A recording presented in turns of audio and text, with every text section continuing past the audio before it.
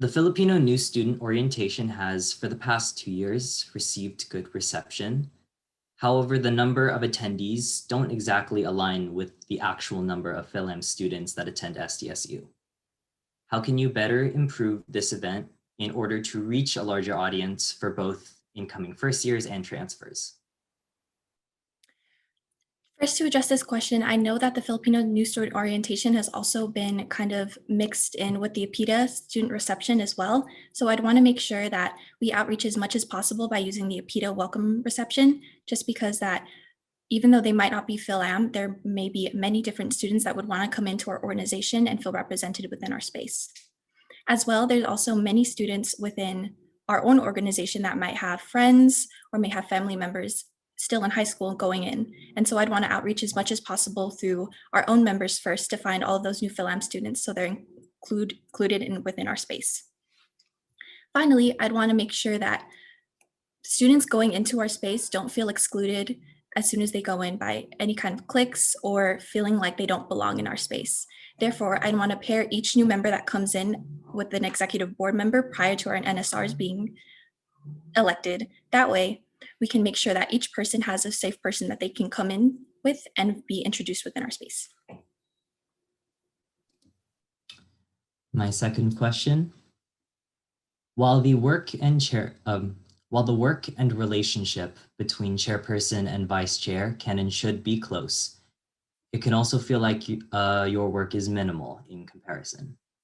What are some ways you envision being consistently active and supportive with not just the chairperson, but the rest of board, even with your current roles in the Constitution? I do agree that with vice chairperson and chairperson, one of our main roles is to help uplift our current board. And that way, I want to remain accessible to every single executive board member. And therefore, while I may not have that many responsibilities, I want to make sure that I help every other single board member with their own. That way, I can create lasting communication as well as transparency with each member and make sure that they feel heard and supported by us. And that way, if they ever struggle within their responsibilities due to life or any other extenuating circumstances, that they can fall on both myself and the chair to make sure that they are still getting their duties and also feel supported mentally and emotionally.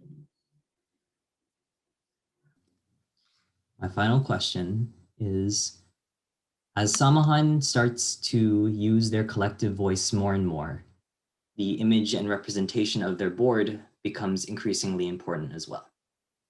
As the person right behind chairperson and another head, face of the organization, how would you approach criticism where you or other possible board members are being challenged for not meeting or upholding that image?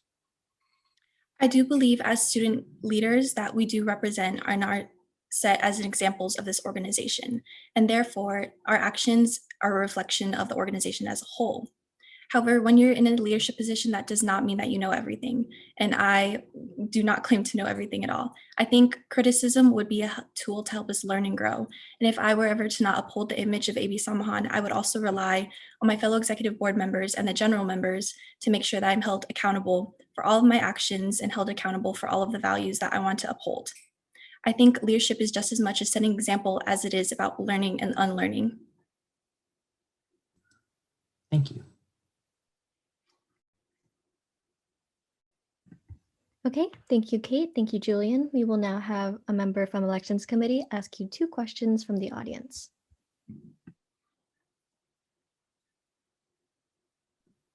Hi, Kate. Okay.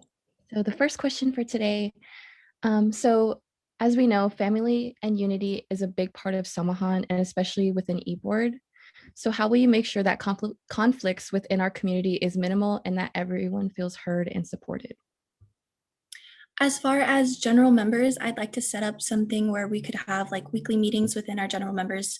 Any suggestions or comments they might have about the work executive board is doing or how we can help improve and better serve them as like a community as a whole.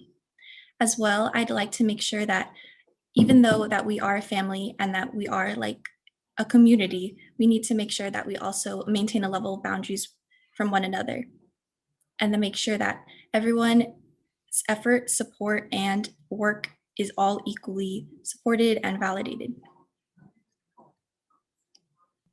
Thank you.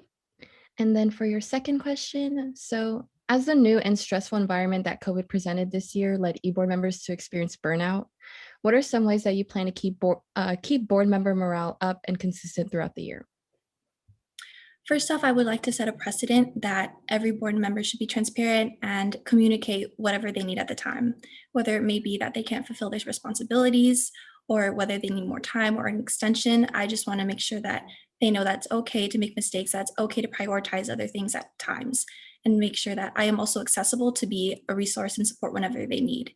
Even though I would be considered top four, I want to make sure that I serve them as the best leader I can.